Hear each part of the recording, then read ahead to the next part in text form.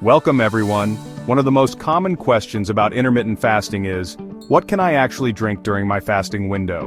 Which beverages are acceptable, and which ones might derail my progress? Today we're diving deep into this very topic. We're going to explore 15 different types of drinks and discuss how each one might affect you, depending on your specific fasting goals. And if you stick around until the very end, I've got a special bonus insight for you, something many people are curious about. When it comes to intermittent fasting, individuals typically have one of four primary objectives. 1. Weight loss, a very common goal. 2. Insulin resistance and type 2 diabetes management. While often linked to weight, some individuals with these conditions are not overweight, which can influence drink choices. 3. Achieving ketosis, for those seeking the specific benefits of ketones. And 4. Optimizing autophagy, for individuals looking to enhance cellular cleanup and overall health even if they don't have pressing health issues. Let's start with the basics. 1. Water. This is the quintessential fasting beverage. Your body is predominantly water and it serves as a neutral fluid medium. Because it's neutral, plain water is perfectly fine, regardless of your fasting goal. The key is to ensure it's clean. Avoid untreated tap water or water with artificial additives. Opt for a good home filtration system or high-quality bottled water. Many bottled waters use reverse osmosis, which is acceptable for short-term use. However, long-term reverse osmosis water can be too clean and may potentially deplete minerals from your body. If you regularly drink RO water, consider adding a pinch of unrefined salt or trace mineral drops. 2. Herbal tea. Generally, herbal teas are also completely acceptable during a fast. Just ensure they are free of artificial ingredients or added sugars. The vast majority of plain herbal teas like chamomile, peppermint, or ginger tea will be fine. Always check the ingredient list for any funky additions. 3. Apple cider vinegar. Diluted apple cider vinegar is another excellent choice.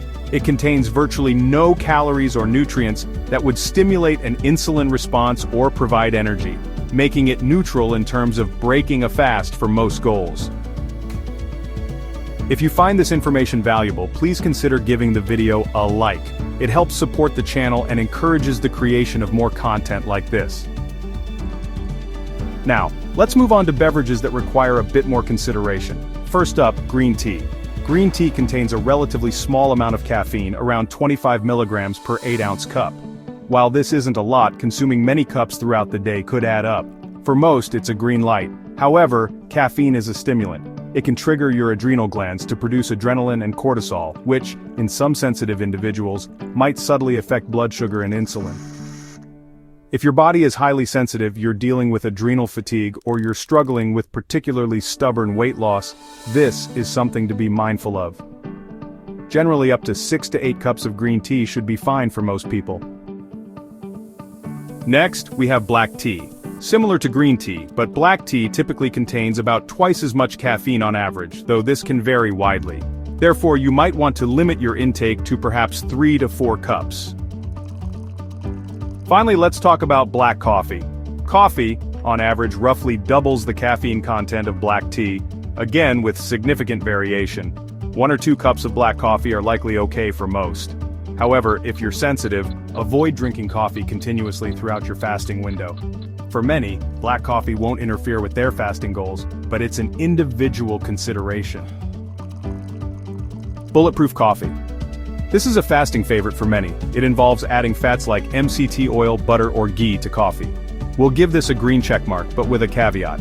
If made correctly, only fat, no protein or sugar, it has virtually no impact on insulin and is generally considered safe for autophagy in moderation. However, bulletproof coffee can provide a substantial amount of energy. 2 tablespoons of fat can be around 300 calories. 3 or 4 tablespoons can be 500 to 600 calories. One such coffee might be fine, but if you have 2 or 3, you could be consuming nearly a full day's worth of calories. While okay from an insulin perspective, if you're consuming that much fuel, your body has less incentive to burn its own stored fat. Don't let it become a meal replacement if weight loss is a primary goal. Cream, heavy cream in coffee tea. Is a splash of cream okay? Yes, generally. The vast majority of calories in heavy cream, over 90%, come from fat. This results in a very minimal insulin response. As long as you limit it to a couple of tablespoons, it's unlikely to disrupt your fasting goals. Skim milk, or other low-fat dairy, is a different story. While heavy cream is mostly fat, skim milk's calories come almost entirely from sugar, or lactose, and protein, both of which significantly stimulate insulin. Because cream is so rich, a small amount whitens coffee. Skim milk, on the other hand, is so lean that you tend to use much more to achieve a similar effect, compounding the insulin-stimulating impact. With about 3.5% protein and over 5% sugar, skim milk is a poor choice during a fast. Milk alternatives like almond, cashew, oat, and rice milk follow a general rule. They are generally okay as long as they are unsweetened and free of other problematic additives.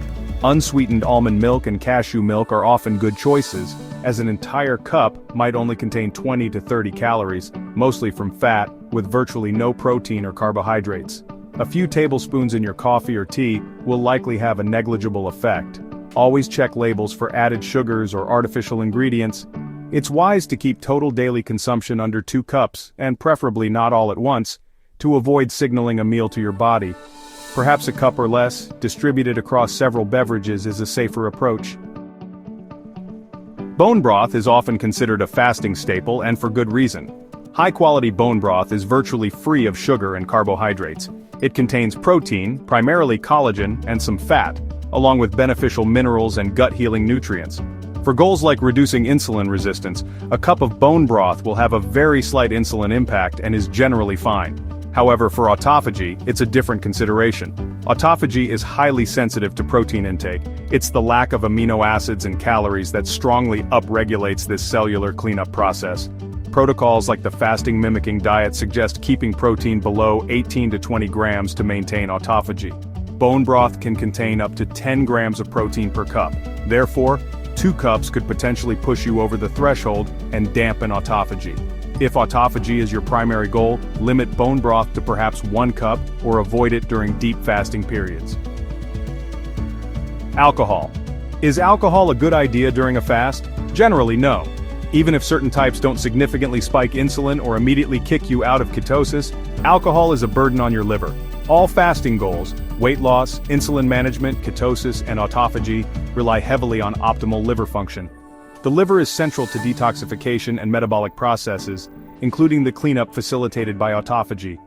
Whether you're dealing with insulin resistance, often linked to non-alcoholic fatty liver disease, or simply aiming for cellular rejuvenation, adding alcohol puts unnecessary stress on the liver. It's best to avoid alcohol while actively pursuing fasting goals. Green juice, freshly made.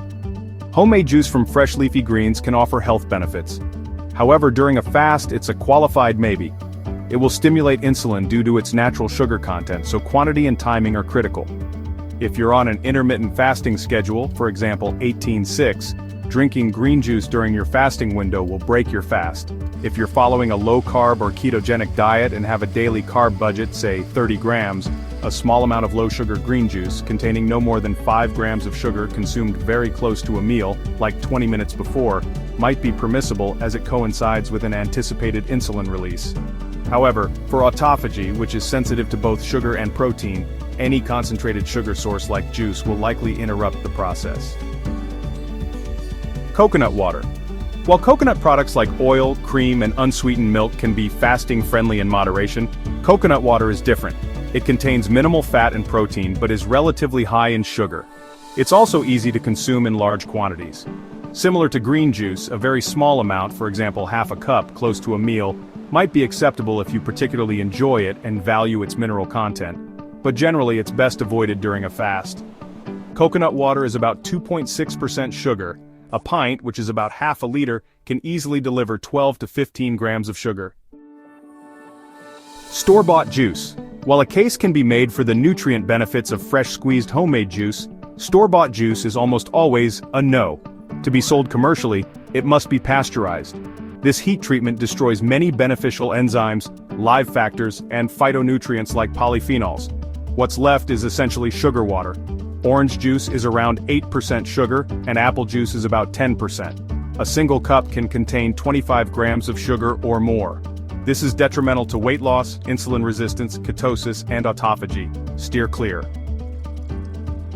Now for that bonus, diet soda and other artificially sweetened beverages.